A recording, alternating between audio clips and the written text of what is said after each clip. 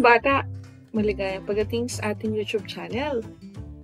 Tayo ngayon nasa Kindergarten Quarter 1, Week 7. Ang ating paksa ngayong linggo ay Ako'y Kabilang sa Isang Pamilya. Tara, samahan ninyo si Teacher Judy sa ating panibagong aralin ngayong linggo. Handa ka na ba? Quarter 1, Week 7, Day 1.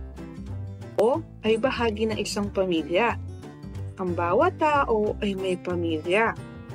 Ang pamilya ay may miyembro o kasapi. May kanya-kanyang pangalan ang bawat isa. Maaari mo bang sabihin sa akin kung sino-sino ang miyembro ng iyong pamilya? Ano naman ang apelyido ng inyong pamilya? At sino-sino ang mga miyembro ng iyong pamilya? Talakayin natin ngayong araw. Kindergarten Quarter 1, Week 7, Day 2. Ang mensahe natin ngayong araw ay, ang iba't ibang pamilya ay magkakaiba. Ang bilang ng mga miyembro, mayroong malaking pamilya, meron ding namang maliit na pamilya. May mga miyembro ng pamilya na magkakasama nakatira sa iisang tirahan. May mga miyembro naman ng pamilya na nakatira sa magkakaibang tirahan. Kayo mga bata, ilan kayo sa inyong pamilya? Maaari mo nyo bang i-share o ibahagi kay Teacher Judy ang inyong nalalaman tungkol sa inyong pamilya? Kindergarten, Quarter 1, Week 7, Day 3. Ang mensahe natin ngayong araw ay, ang mga miyembro ng isang pamilya ay may mga gawain na sama-sama nilang ginagawa. Ang mga pamilya ay sama-samang nagdiriwang ng espesyal na okasyon. Kayo mga bata, naranasan niyo na bang magdiwang ng inyong kaarawan kasama ang inyong pamilya?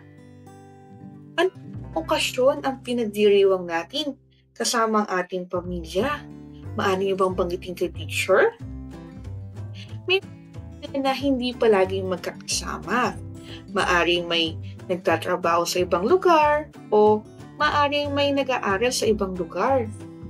Maaari rin namang mayroong miyembro ng pamilya na namatay na o yumao na.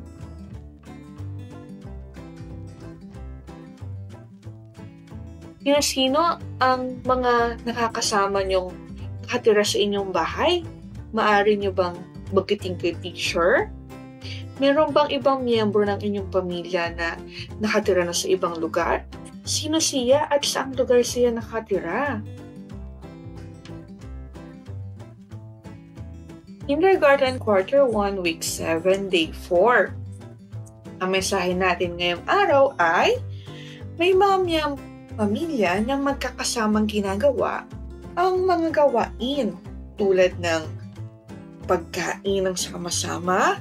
May mga miyembro naman na magkakahiwalay na ginagawa ito. Ikaw, ano yung mga bagay na kasama mong ginagawa kasama ang iyong pamilya? Ano-anong ginagawa ninyo kasama ang pamilya? At sino-sino ang kasama ninyong gumawa nito?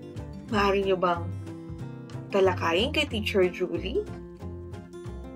Dalawa, meron bang mga gawain na hindi kayo magkakasama? Sino-sino ang gumagawa ng mga hiwalay na gawain ito? Kindergarten, Quarter 1, Week 7. Ang mensahe natin ngayon ay, ang pamilya ay isang grupo ng mga taong nagmamalasakit at nagmamahal sa isa't isa. Sa papaano mo mapakita ang pagmamahal mo sa iyong pamilya? Maaari ka bang mag-share kay Teacher Julie kung paano mo naipapahayag ang pagmamahal mo sa iyong pamilya?